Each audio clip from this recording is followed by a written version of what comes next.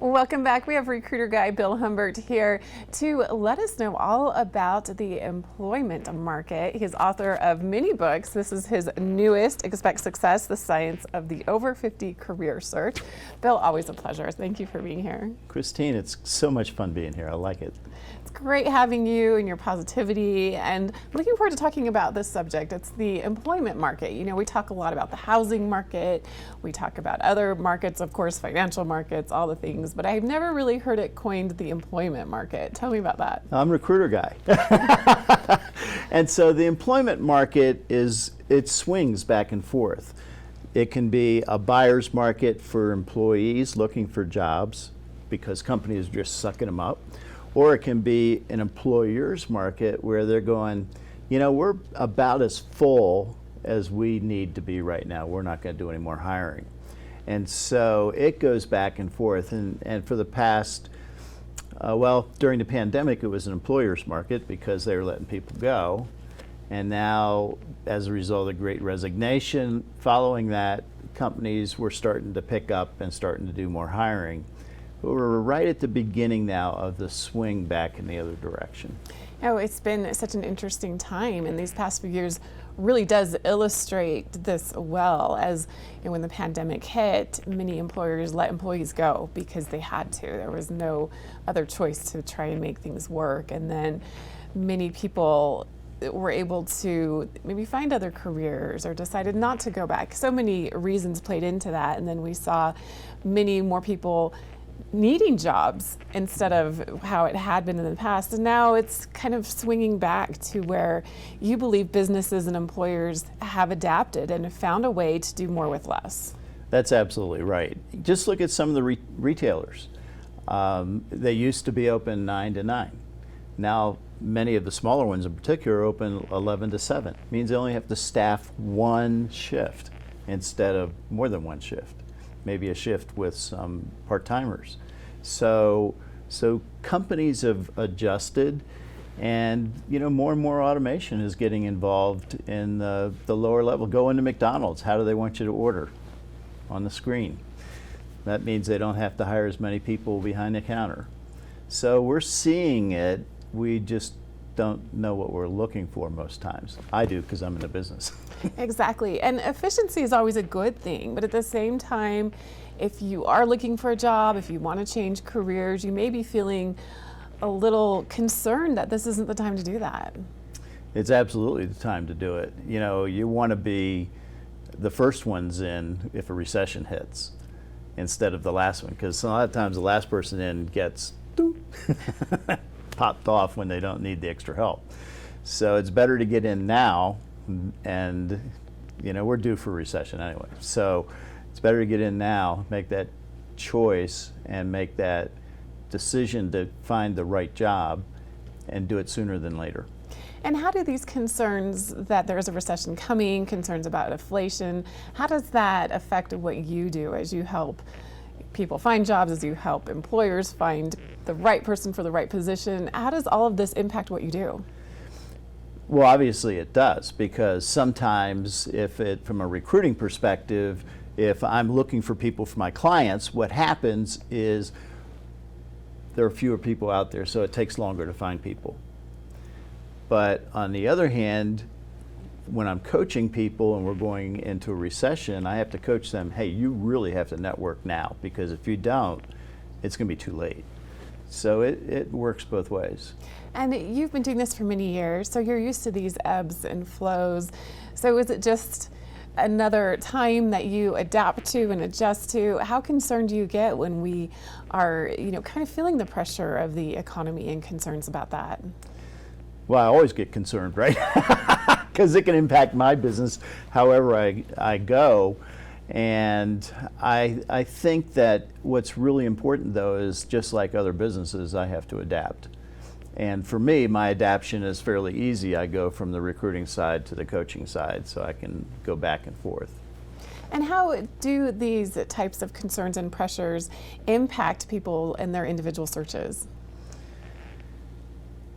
Well, when you think about their individual searches, it really depends on the industry they're in, the position they're in. You know, for instance, nurses, boy, they should be able to get jobs just like that, right?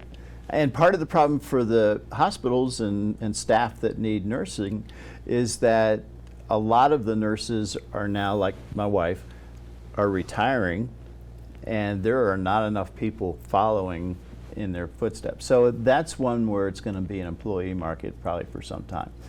The other positions, it just depends on what it is, and for the individual, it depends on where they are. You know, IT there for a while was just so hot you couldn't even touch it. Now it's kind of settled down a little bit. So it's one of those markets that swings.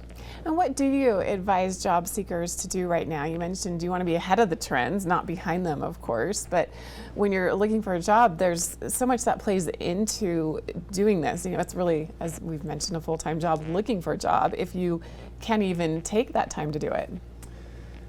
Well, you have to be responsible as a job seeker. Last Friday, I set up an interview for Saturday morning for her because she said, well, you know, I can't do it during, fine, I'll interview you Saturday morning. She accepted my Outlook invitation and no-showed. Well, you know, that's really not a good thing, especially when you're talking to a recruiter, because I have visibility sometimes to many positions. And when you no-show, you get on that no list. And so it's important for the job seeker to take some responsibility in their search and make sure when they make a commitment, they honor their commitment. On the other hand, the ones who are really interested in making a change will get out there and they'll network like crazy, because networking is the best way to find a job.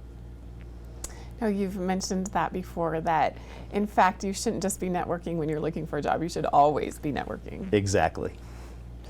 And you know, I'm curious as well about if employers are always looking for the best people for their business to do those jobs. Those are always needs. So what can they do to make sure they're attracting those people that they want in this unique time? You know, this is my favorite topic, because too many companies kind of do this without even knowing they're doing it. What they're doing is they have their talent acquisition system, and it screens candidates out. And I think we've talked about how a candidate can apply for a position who has a Harvard MBA, and if they don't have high school diploma on their resume, and why would they, they could get dinged because of the applicant tracking system and its keyword match. So it's important for companies to be open to people being networked in, because that means they're being attracted to you, as opposed to just applying online for every position they can find. And when you're helping individuals find positions, and you know the job postings, they will have what they are requiring for each position, how tough is that? How strict are those requirements? I know some they do say are absolute, and some just, you know, we hope you also have these qualifications. But how much do you rely on those requirements, and how loose is that? Another one of my favorite topics. Job descriptions in many cases are poorly written. And many times they haven't been rewritten for 10 years. And you may have had 3 people in that position, and hopefully they've made changes and improvements, right? And elevated the position. But too often companies are lazy about one of the most important steps in the recruiting process, and that's the job description. It's the foundation of the whole thing. So to answer your question directly, don't look at what the company is doing, look at their needs, go through their website, look at their PR page if they have one, and find out what's going on in the company, and then look at the title of the position and try to anticipate which of those so-called needs are really needs, and then network your way in.